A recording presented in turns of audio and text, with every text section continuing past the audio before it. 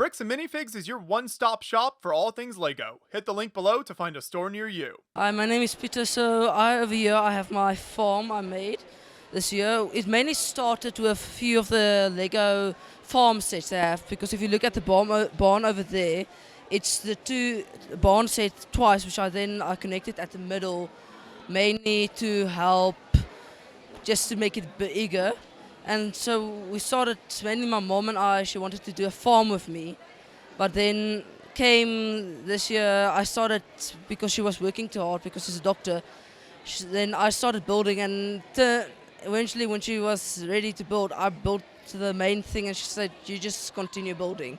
So it basically started from the main farm sets, I went on, and I started with the shed back there. After I built everything, I finished that plate back there, and I moved and placed all the plates how I wanted it, and I moved to the cow pens and animal pens in the barn, and then with the pigs it's lit lower and it's a mud pen. And what I love about the mud pen is the crocodile just laying in there. Then the crocodile.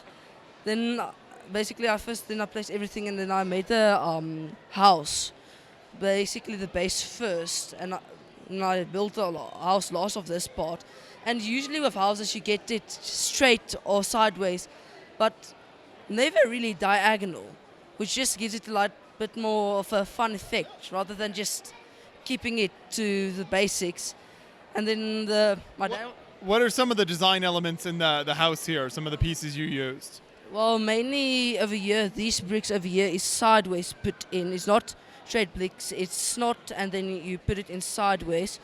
The roof technique is actually inspired by the Rivendell set, and then here on the side, giving this plank type effect, which also I use snot bricks to help in, and then also above the windows, there you have the tire mud covers used to give that finishing touch of a rounding effect of a roof. And then also just normal ladders for the shading area on the porch. But when I actually did the road, my dad was actually mad at me because he wanted to use that in his build, the beige parts, but it looks so good. It's like, if he needs a beige part, I have to redo it. But for now, I can keep it. And then also the main story I actually wanted to cooperate into the build, which it doesn't stand out so much because we don't have enough chickens, is the Great Chicken Escape. Basically, a girl came the morning to get the chicken eggs, left the gate open, dropped even a lot of eggs, as you can see over there, just dropped a lot of the eggs that broke anyway, and all the chickens escaped. So you'll find chickens all over the place, but the main chicken areas over here, where they group in, and the dog jumping and all of the chickens scattering. Then before this, the part of the house, the farmland areas, I only added in for Brickfair. So it was a vegetable garden and everything. And it's basically, how can I say it? Yeah. I had to put something in this gap, and I wanted first just normal farmlands, but the Lego pumpkin pieces, we didn't have enough of those, so mixed vegetable garden and everything. But I must say, with this first part, the most frustrating thing about setting it up is the trees. These pine trees, see it broke already. So actually, if you can see, as a technique, you actually fold it in. We have this book giving you techniques of the different trees, and all the trees here, except the willow tree, came out of that book. So you see, you flag it. It's what we call it in Afrikaans. So let's put it back together, and then you stack it on top. Then if we move over here, the part that actually took me the longest is actually the cornfield, because a lot of people think it will be the easiest because it's a lot of repetition, but the repetition usually gets you tired. You're tired of the same thing and you want to do something different. So that actually took me the longest. And also then you can see over here, also a hidden element, the corn man minifigure over here. I just had it in here with how we play hide and seek, and then the dog just giving away the hiding spot. Then I love the corn. Always got to give a shout out to my home state of Indiana back in the U.S. Lots of great corn there, so I love to see a nice cornfield in Lego. Yeah, then we have there's also the Disney movie Pocahontas. If you look at the front gate, there's Pocahontas riding in with a horse. But then there's also a South African song called Masori Mare, which basically tells about how this girl he liked back in the Boer Wars, and how she relays there with the corn and the green willow tree. So there, if you look underneath the willow tree, you will see a grave over there. And the willow tree also with the Pocahontas, she has Grandmother Willow. So you'll see the willow tree also has a face for Grandmother Willow. Then with my wind pump, basically it was a gap over there. I wanted to put a silo in one corner and something else in the other corner, but I couldn't really figure out what I wanted to put in. So I asked my dad, and it's like, wind pump would look good. So I put in the wind pump, and I wanted the blades to move.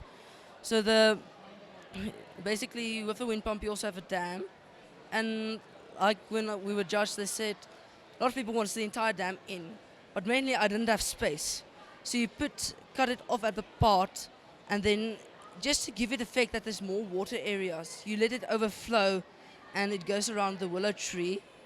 And also the one thing with the dam, even though my sister protested, I saw it and I was like, there needs to be a shark in there. It's like, you can't have a pool in a display without a shark in. It's very on brand for South Africa with the sharks. So yeah, the shark. But now with the wind pump itself, with the moving the turbine, you can see the motor is the base of the top part. But if you can see over here with the, take that off. Over here, this shed is where the battery is housed. And then this odd part here, this controls the speed of the wind turbine and then the on and off switch. So I built that in so it will be slightly easier. Instead of building a big wheel to hide the battery, just put a shed because it fits, because it's in the back garden. Then over here with I was gonna make it a wheat land, but we didn't have enough bricks to make wheat as well. So we were like, efficient way to save bricks, make it just an overgrown land while it's busy plowing it. And I call it a specific technique of mine that saves bricks. So yeah, but like all the cars and the vehicles and the silo, that's also from some of the Lego farm sets. And yeah, we also have the drone, and then one of my favorites, the chicken that gets run over by a lawnmower due to the chicken escape. And you'll see chickens everywhere. And then also some of the things we do as South Africans, we ride on cow calves, and you play cricket with a dustbin, and sometimes a log, sometimes just a bat in the yard. And then also another thing, there's also a South African story called Jackals and Wolf, which is about the jackals and a wolf. That is basically they friends, although the jackals just pranks the wolf the entire time. And one of the stories is how they break into the farmer's sheep pen to eat the lambs. And then I actually think my second favorite scene I have is over here, where there's hay thrown out of the barn, and then the owl that's been disturbed, with that flapping wings, it just gives that bit of effect that it gets disturbed. Then also, no South African or Lego City build is incomplete without a burglar. The burglar, and then at the window. Then you also get the cat stuck on the roof, got up there, and doesn't know how to get down. So, and I think one of the most iconic farmhouse scenes is a grandfather with his dog on the porch. That's personally for me the most iconic farmhouse scene, but yeah. Then there's also other stories also hidden in, like a dog chasing a squirrel and fixing the tractor that broke down, kids stealing cookies from the grandmother while she chases them, and all those different stories. And what I personally feel about Lego builds, which with the stories. You have to have stories that fit in, like all the farm work areas, like sharing the sheep or giving food to the pigs, but then also have other smaller stories in that doesn't really fit, but it also fits, like the jackals and wolf and the shark pen and all those things. This is excellent work. Thank you so much for taking us through the whole build here. What was it like setting this up here at the event for you?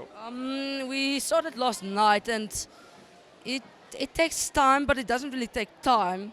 It usually takes me a while to get all the plates connected in because we use 48 by 48s, and then we have connector clips just to keep them together and in line with each other.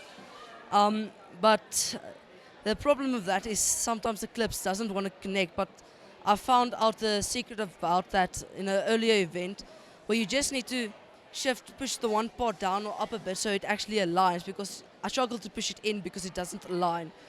But usually it's easy to set up, although the pine trees always takes time to fix again.